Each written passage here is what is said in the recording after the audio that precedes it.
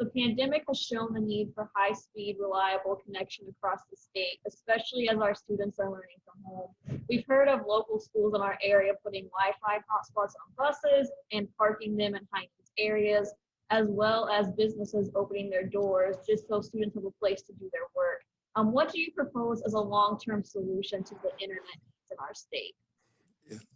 Getting internet availability for everyone in our state at a really good speed, broadband internet, not the old-fashioned DSL internet, is my number one priority for rural Indiana. It's got to be. First of all, we've got to put the internet in the same bucket as we do other utilities. The water, sewer, electricity, all of them are regulated in a way that makes sure that we have rules about how we are utilizing them and how people get them. And it's no longer a luxury. It is definitely not a luxury to get internet. It's a necessity. People are getting their health care over internet today, with telehealth services increasing dramatically. You pay your bills much easier with internet. You pay your taxes.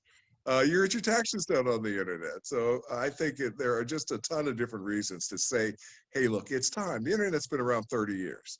And yes, I know my opponent has a grant program out but there are a lot of catches and asterisks and small fine print on that, such that it protects the folks that have market positions now who aren't required to put in high-speed broadband services throughout their areas. We've got to change that. We got to put some competition out there, because that's the way that we're going to get the rural Indiana up to speed with broadband. We've got to change the rules and make it much easier for communities to bring services in that they can't do by law today. It's just crazy. The internet's been around for so long, and we need it every single day. Think of if I didn't have the internet for the campaign during COVID, I couldn't communicate with you today or with others. And there are parts of our state like Nashville, Indiana, where my lieutenant governor candidate is from. And I've been on Zooms with her where the screen will just freeze. And that's because the internet doesn't work in Nashville the way it should. And in the year 2020, that's just unacceptable. 1 in 15 families doesn't have it still. And a lot of families that have it have the slow, old-fashioned kind. We have just got to change it. And we've got to make sure that that as the 5G type internet comes out, that we get it deployed equitably as well. So I'm very passionate about changing the way that we manage the internet in Indiana. We don't need a grant program. We need to fix the problem. We need to change the rules. We need to get competition in, and we need to let the providers that know how to do this get the job done for the citizens of our state who do not have what they need today. Well, I think first of all, what we have to do is look very carefully at why we don't have independent private sector technology businesses that are investing in broadband internet throughout the state of Indiana. Are we creating, have we created artificial monopolies with excessive regulations that cause technology innovators not to want to make that investment? How do we turn that around? Because I believe that if there's money to be made, somebody wants to make it.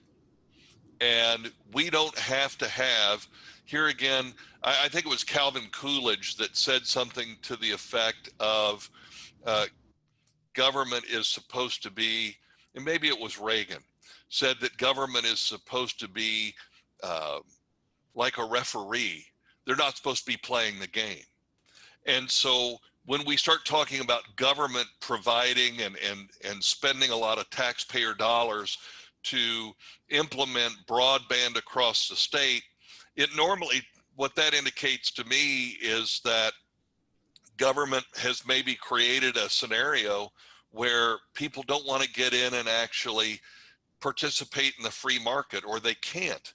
And so the fact that we don't have better broadband access today tells me that something has impeded that.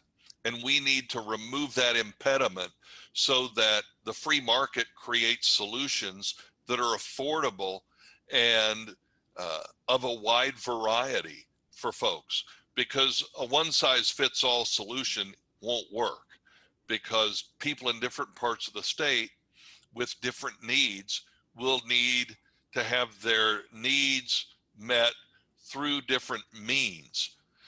Didn't want to say that too fast. I might muddle my words. But I think that's really important, because we've gotten to the place where we really kind of think of it as, well, government will do this for us. And usually when government gets involved, it restricts our options instead of increasing our options. It was actually before COVID-19 washed upon our shores, and it certainly is right now for the exact same reasons you mentioned. Schools, this is a whole reason why, going back a couple years, I went out and said, we've got to make sure we're connecting our students, our citizens with high-speed, affordable broadband internet access. And, you know, we're a state that's 84% farm or forest terrain. And so we wanted to expand our field. We didn't want students to have to drive to a McDonald's or Subway parking lot to get Wi-Fi, or go to the school parking lot, or go to some of these businesses. And so we took $100 million, the biggest, largest infusion of state dollars to date, and greater than I think any other state in the country. And we said, we want to leverage our partnerships with local providers, the private sector. So we've already gone through just about $79 million of that, awarding those funds. And that is partnered with the private sector to about the same amount, connecting thousands of Hoosiers to broadband internet service. We've also, to get at your point or of the question, we've also taken $61 million, a GEARS Act fund, and gotten that to students and teachers to provide that connectivity. And then we're continuing to work with folks like the USDA, because this is this is an American issue, not just an Indiana issue. And you know, broadband internet access is just as important as, you know, US 40 or I-70, going out and making sure that final mile of doing business, whether it's telework, telemedicine, telecommuting, you know, just wherever you are in your car even, we want to make sure you have access. And that's why we're investing a historic amount. And then come January, when we go back into session, we're going to need to figure out what it is and how we're going to devote an equal amount once we go through that, you know, 30 million balance still left in the kitty.